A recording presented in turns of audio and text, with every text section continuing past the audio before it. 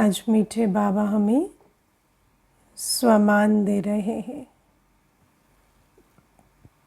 कि मैं विश्व परिवर्तक हूँ। बाबा ने हमें कल्प वृक्ष में हमारा स्थान बताया है। अपना स्थान याद रहता है कल्प वृक्ष में?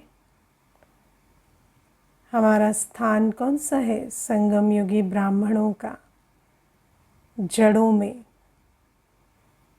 देवी देवताएं तो तने में हैं, पर हम जड़ों में बैठे हैं। जड़ों में माना हम फाउंडेशन है।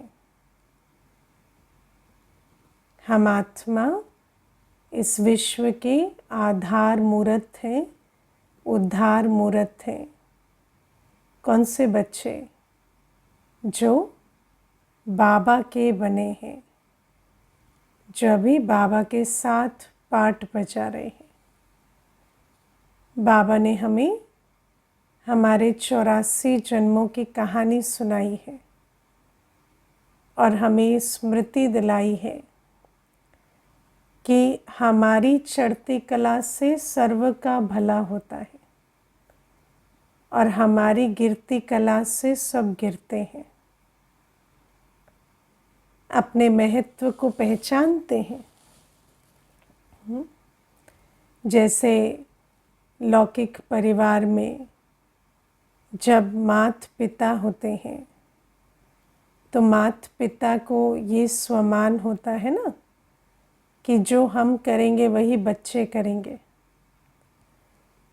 अब कोई तो उस स्वमान की लाज रखते हैं, कोई नहीं रखते हैं। लौकिक में भी माता पिता बने, लेकिन कोई उस स्वमान की लाज नहीं रखते, तो अपने कर्मों पर अटेंशन नहीं देते। फिर क्या होता? उनके कर्म देख जब बच्चे बिगड़ते तो वो पाप का बोझ भी उन पर चढ़ता है ना? प्रैक्टिकल बात है। तो बाबा कहते हैं यहाँ भी हमें स्मृति में रखना पड़ेगा कि हम बच्चे इस समय कल्प वृक्ष की जड़ों में हैं। बाबा हमारी पालना कर रहे हैं। हम पूर्वज आत्माएं हैं। हम जड़ों में बैठ फाउंडेशन है पूरी सृष्टि का। सृष्टि की हर आत्मा की पालना की जिम्मेवारी हम बच्चों की है। तो बाबा हमें कहते, जब हम ऐसा स्वमान रखते हैं, याद रखते हैं कि मैं विश्व परिवर्तक आत्मा हूँ, तो हमें ये समझ आता है कि कोई गलती करे भले, पर मुझे गलती करना अलाउड नहीं है ना? मम्मा हमेशा कहती थी कि हम सारे दिन जब चलते हैं जीवन में तो हमें याद रहे कि मैं स्टेज पर हूँ, है ना? मान लो कोई स्टेज पर डांस कर रहा है, कोई नीचे कर रहा है, तो जो नीचे कर रहा है वो कोई गलती भी करेगा तो कोई बात नहीं, उसको कौन देख रहा है। पर हम तो स्टेज पर है ना, हम तो बाबा के बच्चे हैं। हमारी तरफ सारी विश्व की निगाह है। हम बच्चे चाहे प्रत्यक्ष हों चाहे गुप्त हों।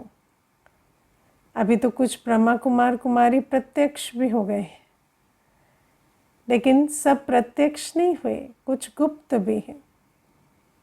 लेकिन जो गुप्त भी है, बाबा कहते हैं वो स्टेज पर है ना? ये याद रखना चाहिए कि सारे विश्व पर जिसका असर होता है वो हम बच्चे हैं।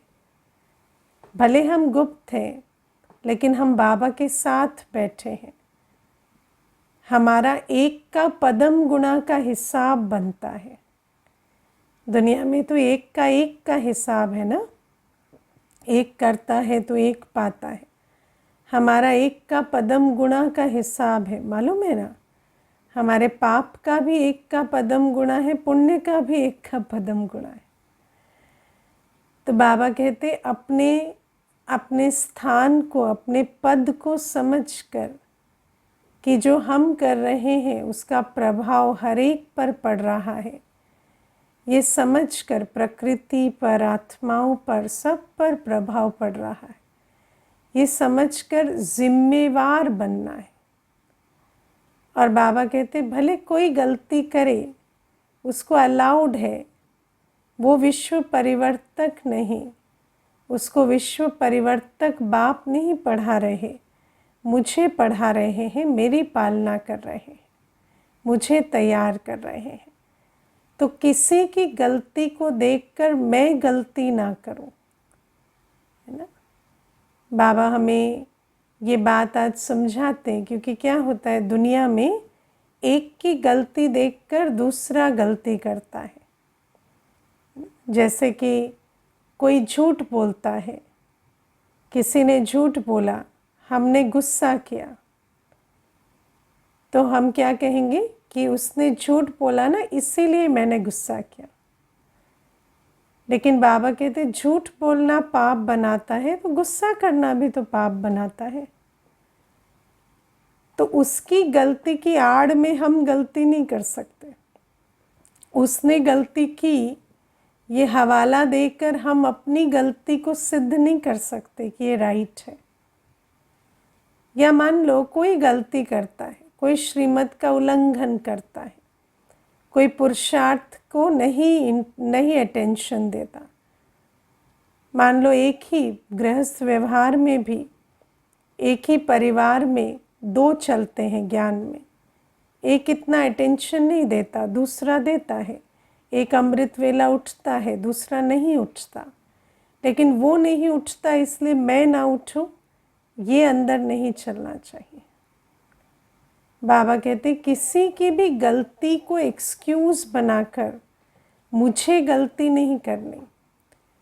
एक प्रकार की गलती होती है कि दूसरे ने गलत कर्म किया और हमने दुख, क्रोध, इस प्रकार की, चाहे मनसा में, चाहे वाणी में, चाहे कर्मों में, इस प्रकार की कोई लहर आई हमारे। दूसरा होता है गलती की दूसरा जो कर रहा है हम भी उसके प्रभाव में वही करते जा रहे हैं, है ना। मानो आप सच्चाई ईमानदारी से चल रहे थे, दूसरा कोई लोभ ईर्ष्या के चक्कर में पड़ गया, अब आप भी उसको देखकर सोचने लगे। हर कोई कहता है सब ना इन्हीं चक्करों में, सब इन्हीं चक्करों में, तो हम भी उन्हीं चक्करों में पड़ गए, है ना। तो हमें ये अटेंशन देना होता है कि दूसरे की गलती मुझे कॉपी नहीं करनी। दूसरा गलती करे पर मैं क्या करूं, मैं वो करूं जो मुझे मेरे बाबा सिखाते हैं। मुझे किसी और को टीचर नहीं बनाना है ना। अगर हम किसी की गलती को कॉपी करते हैं तो हमने उसे क्या बना दिया, टीचर बना दिया, है ना। और फिर वो टीचर बना तो हमारा भाग्य विधाता कौन बन जाएगा, वो बन जाएगा। लेकिन हमें किसी गलत को भाग्य विधाता थोड़ी बनाना है, हम तो बाबा के बने हैं ना। हमें बाबा की श्रीमत पर चल अपना भाग्य बनाना है। तो इस बात को समझना है। जैसे बाबा कई बार एग्जाम्पल देते हैं कि मानो एक स्टेज पर डांस हो रहा है, तो एक ने अपना स्टेप गलत किया, तो क्या दूसरा भी उसको देखकर अपना स्टेप गलत कर ले क्या, है ना। अगर दूसरा भी करेगा तो पूरा डांस ही खराब हो जाएगा ना। लेकिन मान लो एक ने किया दूसरे ने नहीं किया, दूसरा अपने राइट स्टेप पर चलता रहा, तो कुछ देर के बाद वो जो गलत स्टेप कर रहा था वो भी इसको देखकर शायद ठीक हो जाए, वो भी ठीक स्टेप पकड़ ले। तो बाबा कहते ऐसे हमें चाहे कोई कुछ भी करे, मुझे अपने राइट में रहना है। मुझे जो कर्म बाबा ने सिखलाया है, चाहे मनसा में, चाहे भावना वृत्ति की बात है, बाबा ने हमें ईश्वरीय बुद्धि दी है, आसुरी बुद्धि जो रावण ने दी थी, है ना, रावण ने क्या बताया, क्रोध नेचुरल है, दुखी होना नेचुरल है, परेशान होना नेचुरल है, भय नेचुरल है ना। रावण ने तो हमें यही बुद्धि दी थी ना कि कोई गुस्सा करता है तो या तो गुस्सा करना या दुखी होना, ये नेचुरल है, नॉर्मल है। लेकिन बाबा ने हमें ईश्वरीय बुद्धि दी कि आत्मा का जब निजी गुण शांति, पवित्रता, स्नेह, शक्ति है तो हमारे लिए विकार नॉर्मल और नेचुरल कैसे हो सकते।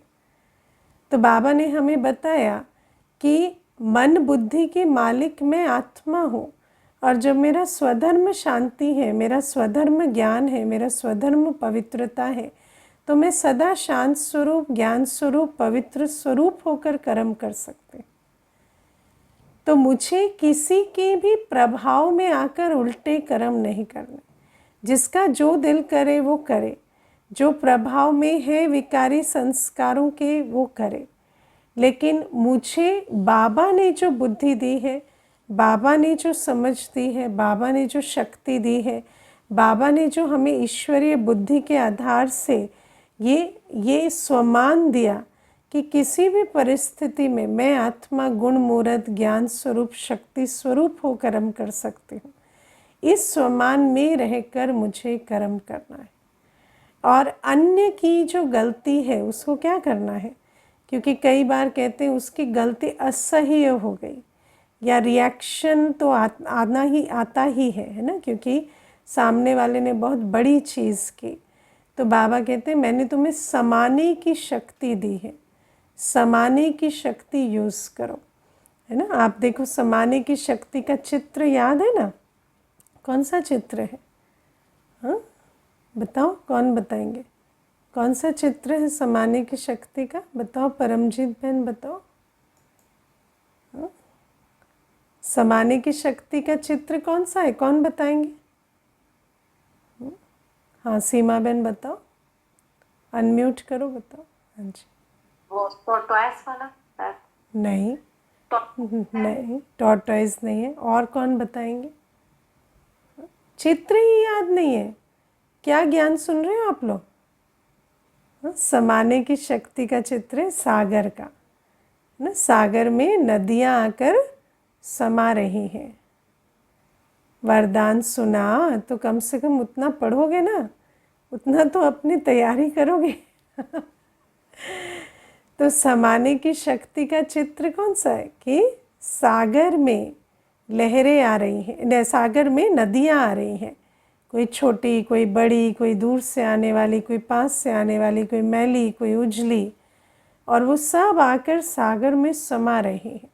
तो वैरायटी नदियां हैं, लेकिन सागर में जब समा जाती है तो सागर उनको बिल्कुल ऐसे धारण कर लेता है जैसे अपनी ही चीज़ हो। सागर का ना रंग परिवर्तन होता, ना उसकी कोई है ना क्वालिटी परिवर्तन होती, कुछ नहीं होता।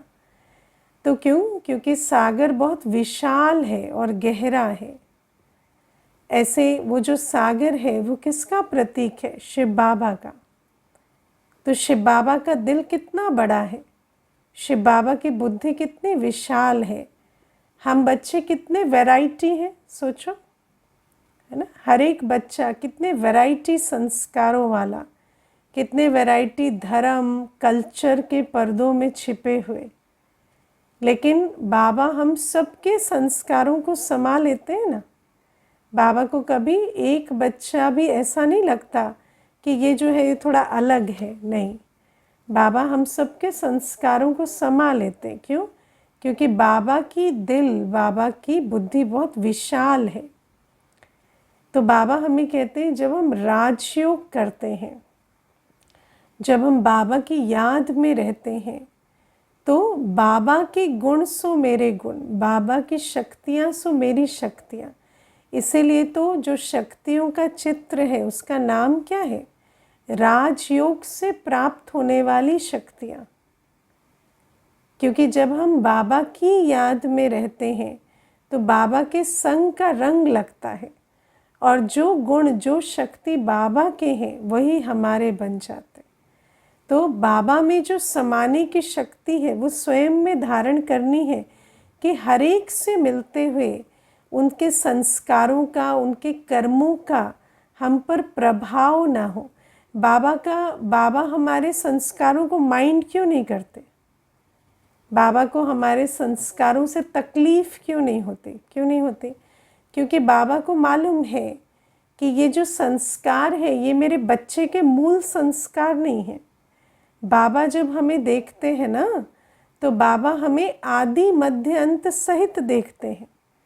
बाबा ये नहीं देखते कि अभी इसके संस्कार क्या है। बाबा ये देखते हैं, अरे मेरा बच्चा तो ये सत्युगी देवता था, आज थोड़ा ये संस्कार आ गए हैं और कल यही बच्चा देवता बनेगा, है ना। तो बाबा हमारा अतीत भविष्य ऐसा देखते हैं कि वर्तमान फीका लगता है ना। जैसे लौकिक परिवार में भी क्या होता है, छोटे भाई बहन होते हैं, तो मानो आज बहुत बिगड़ गए हैं। मुझे याद है एक बार 2 भाई आए थे, तो एक भाई तो बहुत अच्छा नौकरी करता, कमाता और बहुत जिम्मेवार था। दूसरा जो था वो ऐसे ही पैसा उड़ाता, इधर उधर वेस्ट करता, घूमता फिरता, कोई जिम्मेवारी नहीं उठाता। लेकिन ये जो बड़ा भाई था ना, उसको बहुत प्यार से बात करता, बोलता थोड़ा दीदी के पास आएंगे, रोज़ थोड़ा सीखेंगे ऐसे। तो मैं उसको कहती ये इतनी बदमाशी करता है, इससे इतना प्यार से कैसे बात करते हो? तो कहते ये छोटा था ना, बहुत स्वीट था दीदी, है ना, जो बोलो करता था, इतना प्यारा था, मेरा भाई बहुत प्यारा है। अभी ये थोड़ा बिगड़ गया है, इसको संगत लग गई ना दीदी, इसीलिए ऐसा हो गया, वरना ऐसा नहीं था, ऐसा है नहीं। ये दिल का बहुत अच्छा है। क्यों? क्योंकि वो उसको क्या देख रहा है, वो उसके वर्तमान को नहीं देख रहा, वो देख रहा है बचपन से कैसा है, उसको याद है। ऐसे बाबा जब हमें देखते हैं तो बाबा त्रिकालदर्शी बाबा हमें कैसे देखते हैं कि मेरा ये जो बच्चा है ये आज थोड़ा सा ऐसा हो गया है, लेकिन ये आत्मा कैसी है, देवी कुल की आत्मा है। और बाबा जानते हैं कि यही बच्चा पुरुषार्थ करके सेवा करके कल राजधानी में आगे नंबर भी ले लेगा, है ना। तो बाबा हमें कहते हैं कि जैसे मैं जैसा हूँ, मुझसे योग लगाने से, ज्ञान के सागर से या योग लगाओ, शांति के सागर से, प्रेम के सागर से, तो जैसे बाबा से योग लगाएंगे, जिन जिन स्वरूपों से, जिन जिन संबंधों से, उसका प्रभाव हम पर आता है और हमारी दिल भी कैसे बन जाती, बड़ी, बाबा की तरह बड़ी दिल। और फिर क्या होता, किसी की गलती देखे ना तो गलती इतनी बड़ी नहीं लगती। गलती बड़ी कब लगती, जब दिल छोटी होती है, और जब दिल बड़ी हो जाती है ना तो गलती लगती है, अच्छा ठीक है गलती हुई है लेकिन कोई बात नहीं, अब 63 जन्मों के संस्कार है तो इतनी गलती तो होगी ही, है ना। तो ऐसे जब त्रिकालदर्शी होकर देखते हैं तो फिर नज़र आता है कि अच्छा 63 जन्मों के संस्कार है तो ये गलती होती है, लेकिन है तो आत्मा बहुत शक्तिशाली, ईश्वरीय संतान है। और उस आधार से बाबा कहते हैं समाने की शक्ति को यूज़ करके हम किसी की भी गलती को, अवगुण को समा लें, वो इतना हमारी बुद्धि में, स्मृति में ना रहे। आज आप देखो, जब हम आत्मा कमज़ोर होते हैं, शक्तिहीन होते हैं, तो हमारा हाल क्या हो जाता, किसी की भी गलती और कमज़ोरी जैसे चिपक जाती है बुद्धि में, है ना, सिर्फ वही चीज़ याद रहती। लेकिन वो क्यों होता है, क्योंकि अपवित्रता की निशानी है। जैसे आप देखो दुनिया में कोई रफ़ दीवार होगी, है ना, रफ़ दीवार होगी तो बहुत गंदगी खींचती है, देखा है ना, उसके पोर्स में ना गंदगी चिपक जाएगी, कोई भी चीज़ लगाओगे वो एकदम चिपक जाएगी। और जैसे ही वो दीवार स्मूथ हो जाएगी तो वही गंदगी जो है वो उसको चिपकेगी नहीं, और थोड़ा कपड़ा मार देने से साफ़ भी हो जाएगी। क्यों? क्योंकि गंदगी तो वही है लेकिन दीवार की क्वालिटी बदल गई।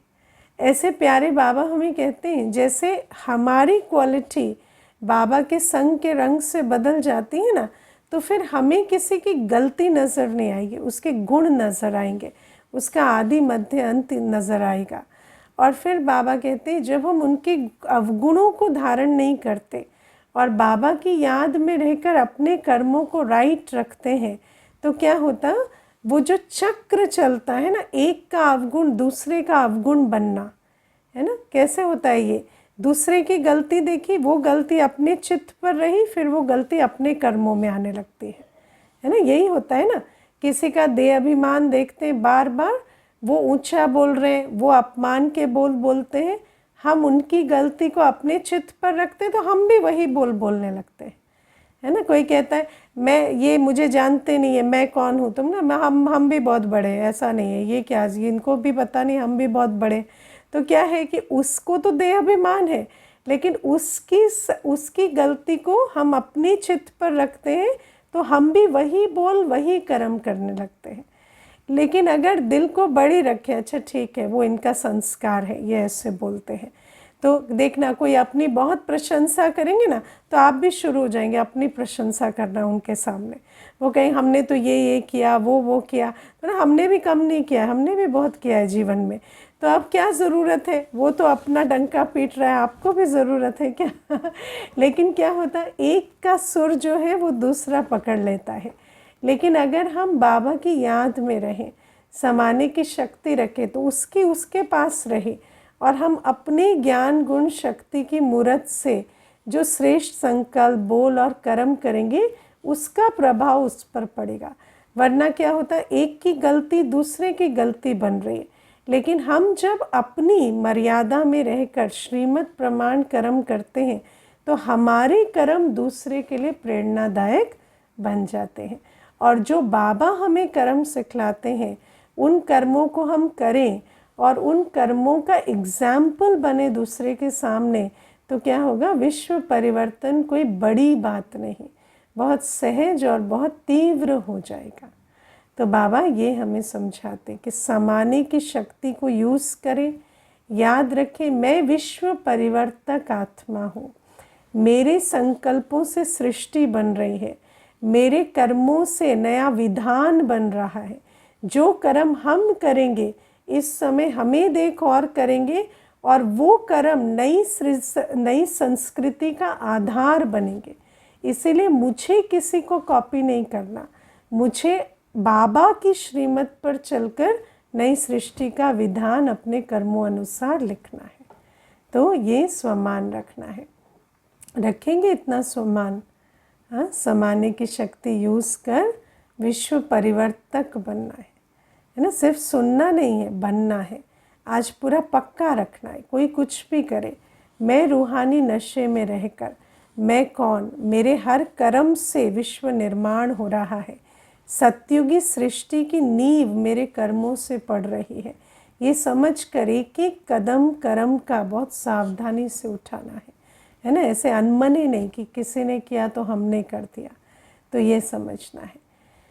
फिर प्यारे बाबा आज हमें कहते कि बाबा से जो कर्म हमें विमुख करता है वो क्या है, एक की बात दूसरे को सुनाना, है ना, इसकी बात उसको, उसकी बात इसको सुनाना, है ना, ईविल सुनना, ईविल बातें सुनना सुनाना, इसको बाबा कहते हैं धूतीपना, है ना, धूतीपना, इसकी उसको उसकी उसको सुनाना।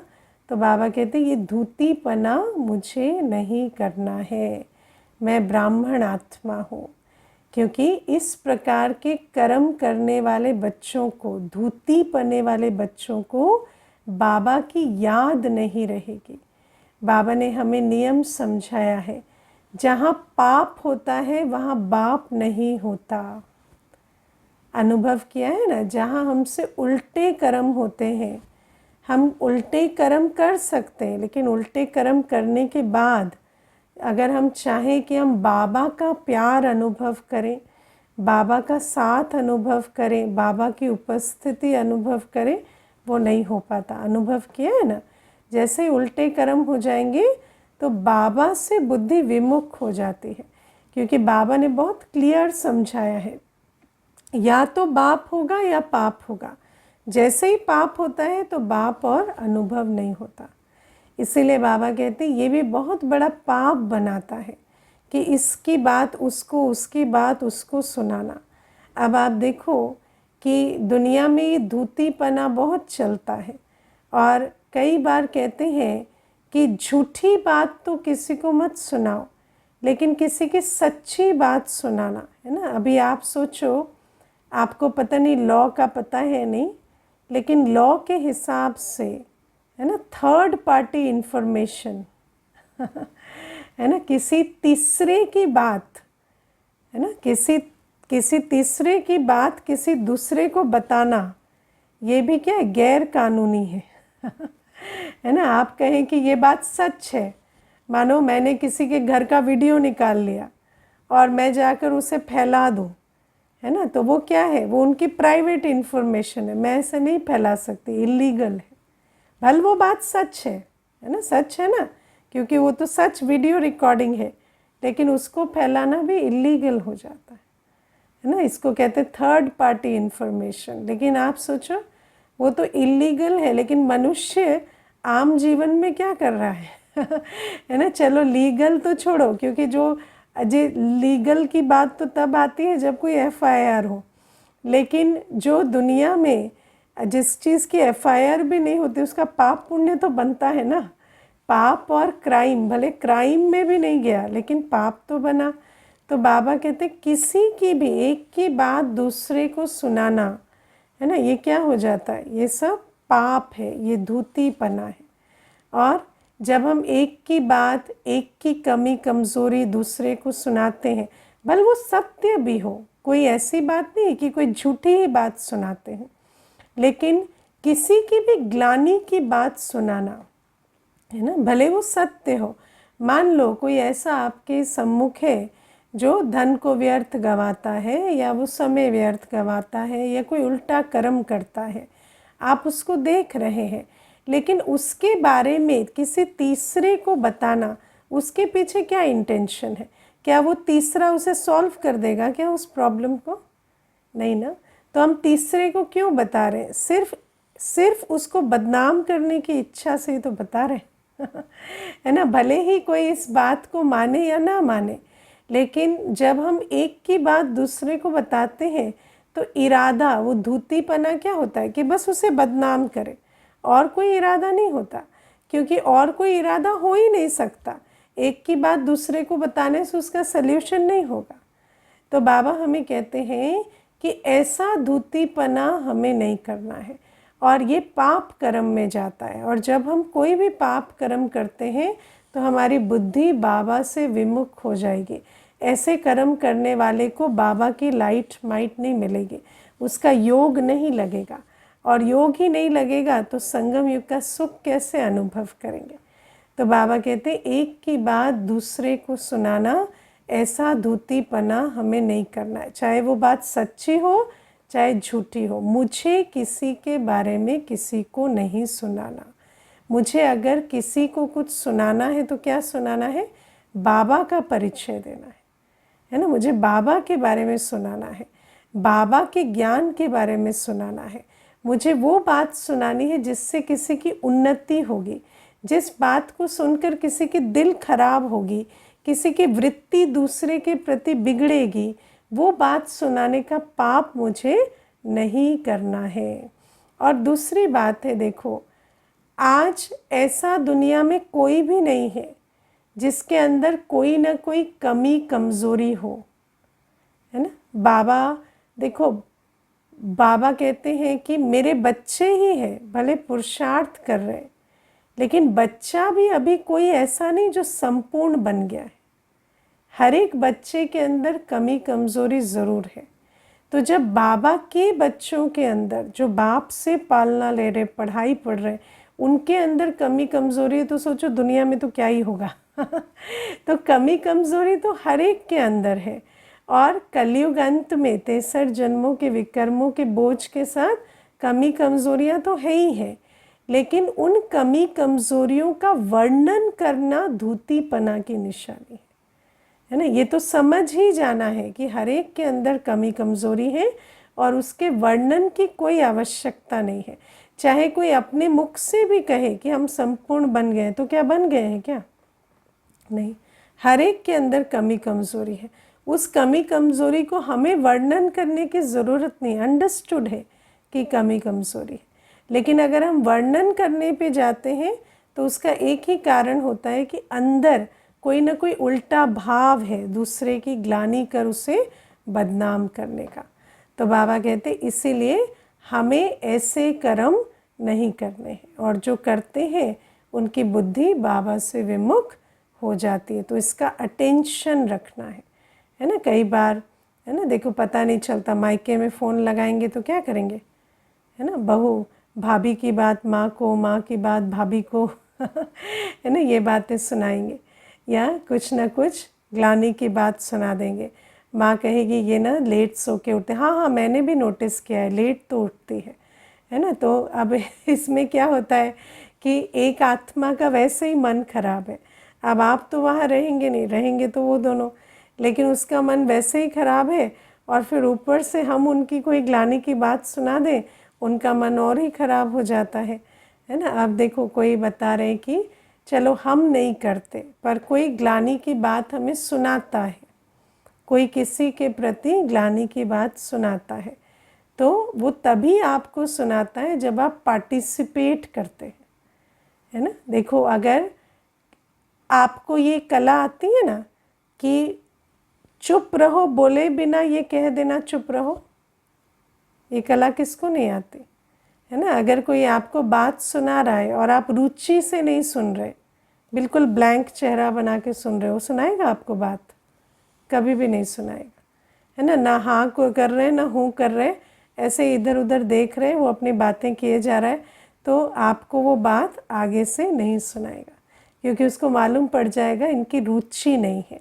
लेकिन जब भी कोई हमें ऐसी बातें सुनाता है किसी की ग्लानि की, तो हम भी कहते हाँ ऐसे किया, अच्छा ऐसे भी किया, अच्छा ऐसे भी किया, हाँ हाँ ये बात तो राइट है आपकी। तो हम भी क्या करते हैं, उसमें पार्टिसिपेट करते हैं। और क्योंकि पार्टिसिपेट करते हैं या अपनी रुचि दिखाते हैं, मानो अपनी तरफ से भी आपने कोई दो शब्द नहीं बोले, लेकिन रुचि दिखा रहे, ध्यान से सुन रहे, तभी वो आपको सुना रहे। अगर आप ध्यान से नहीं सुनेंगे तो आपको नहीं सुनाएंगे।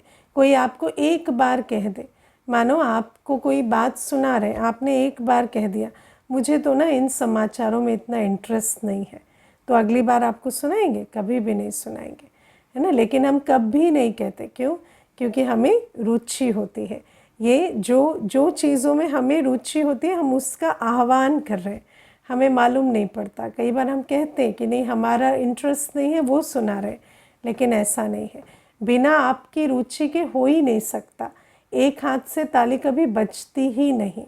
जब एक कर्म हो रहा है जिसमें दो आत्मा इन्वॉल्व है, तो दोनों अपना अपना योगदान ज़रूर दे रहे हैं।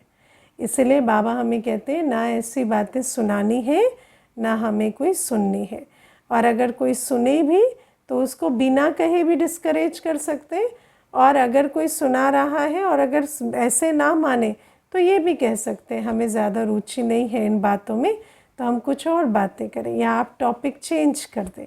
तो क्या होगा कि वो अपने आप ऐसी बातें आपसे नहीं करेंगे। मुझे याद है एक माता ने एक बार मुझे फ़ोन किया और कहती कि मेरी माँ जो है वो शरीर छोड़ दी लौकिक, और मेरा भाई भी मेरे पिताजी के साथ नहीं रहता, और मेरे पिताजी अकेले रहते हैं। अब पिताजी क्योंकि अकेले रहते हैं तो मैं उनको रोज़ फ़ोन करती हूँ, 5 मिनट 10 मिनट बात करती हूँ, लेकिन पिताजी जो है बहुत कड़वाहट से भरे हुए हैं, और पूरे आज तक के जीवन में जो भी घटनाएं हुई हैं, है ना, इसने ये नुकसान कर लिया, ये छीन लिया, ये लूट लिया, वो ऐसा वो वैसा, यही बातें पिताजी सुनाते रहते हैं। तो कहती और वही रोज़ रोज़ वो टेप रिकॉर्ड बजता रहता है, और कहती मेरे को तो एंग्जाइटी होने लगती है ये बातें सुन सुन के बार बार। तो कहती लेकिन पिताजी को बोलो कि ये बातें नहीं करो, तो फिर वही बातें करते हैं। तो मुझे कहने लगी कि मैं क्या करूं? तो मैंने कहा आप साफ साफ कह दो, अगर ये बातें करोगे तो मैं फ़ोन नहीं करूंगी। तो उसने जब पिताजी को कहा, वो तो बहुत गुस्सा हुए, गालियां देने लगे उसको भी है ना, कि तुम भी ऐसे ही हो, तुम भी, क्योंकि जिसका जो संस्कार होता है वही करेगा। तो उसको बहुत गालियां दी। तो वो कहती आप गालियां दो चाहे जो भी करो, अगर आपके पास कोई और बात है तो फ़ोन करेंगे, नहीं तो नहीं करेंगे, है ना। तो पिताजी कहते मेरे पास तो कोई और बात ही नहीं है, मेरे जीवन में कुछ अच्छा हुआ ही नहीं है, तो मैं तुम्हें सुनाऊं क्या? मेरे पास तो यही बात है, इसने दुख दिया, उसने परेशान किया, उसने लूटा, उसने छीना। तो फिर ये कहती है कि तो फिर बात नहीं करेंगे। तो फिर पिताजी ने बहुत अपने, है ना, संकल्प चलाए, और फिर धीरे धीरे वो कॉन्वर्सेशन चेंज होने लगी, है ना। और कहती 6 महीने लगे, लेकिन धीरे धीरे वो शांत हो गए। और फिर 6 महीने के बाद जब उन्होंने शरीर छोड़ा तो ये बहन कहती मुझे इतनी संतुष्टता हुई कि दीदी सिर्फ एक मेहनत की वजह से, सिर्फ ये लाइन ड्रॉ करने की वजह से कि मुझे ये बात नहीं सुननी, इस कारण से उनका स्वभाव थोड़ा मीठा हो गया था। और 6 महीने बाद जब उन्होंने शरीर छोड़ा तो मुझे अंदर से इतनी संतुष्टता थी कि चलो उनकी अंतमते सोगति कुछ अच्छी हुई होगी, क्योंकि जिस प्रकार की उनके संस्कार थे उनमें थोड़ा परिवर्तन तो आया। तो कई बार ऐसा होता है कि अगर, है ना, देखो ऐसा लगता है कि पिताजी को दुख हुआ होगा या वैसा हुआ होगा या उनको बहुत कष्ट हुआ होगा अपने संस्कार परिवर्तन करने में, लेकिन एक कड़ा कदम उठाने से पिताजी की अंतमते सोगति भी हुई ना। तो ये भी बाबा हमें समझाते हैं कि पाप से खुद भी बचना है, और आप जब बचते हैं ना तो अन्य को भी पाप से बचाते हैं, क्योंकि वो आत्मा भी तो ग्लानि कर पाप का बोझा बना रही है ना। तो अगर सुनने वाला ना हो तो उसका भी पाप का बोझ कम होगा। और माया ऐसी है ना, जब पाप का बोझ कम होता है तो माया हमें बहुत तंग करती है क्योंकि माया तो नहीं चाहती ना हमारा पाप का बोझ कम हो, तो बहुत तिलमिलाते हैं। जब पाप का बोझ कम होता है, जब थोड़ा धारणा में चलो, डिसिप्लिन में चलो, कायदे में चलो, तो बहुत अंदर दिल ऐसे होती है ना जैसे बहुत तंग हो रहे हैं। लेकिन वास्तव में ये बहुत अच्छा है। बाबा कहते हैं ना कि अगर माया के बंधन में बंधना है, माया के बंधन से छूटना है, तो ईश्वरीय कायदों के बंधन में बंधो, है ना। और एक बंधन से छूटने के लिए दूसरे बंधन में जब बंधते हैं तो मुश्किल तो लगता है, क्योंकि ये जो नया बंधन है इसकी हमें आदत नहीं है। लेकिन ये जो ईश्वरीय कायदे का बंधन है ना, ये हमें माया के बंधन से छुड़ा देता है। तो भले ही थोड़ा लगेगा कि पता नहीं वो बुरा मान जाएंगे, वो ऐसा सोचेंगे, वैसा सोचेंगे, लेकिन ये ईश्वरीय कायदों का बंधन हमें भी और अन्य को भी माया के बंधनों से मुक्त कर देता है। तो इन बातों को ध्यान रखेंगे। एक तो एक की गलती देखकर हम गलती ना करें, और दूसरी बात कि किसी के भी अवगुण का, कमी कमज़ोरी का हम किसी दूसरे को वर्णन ना करें। अच्छा, ओम शांति।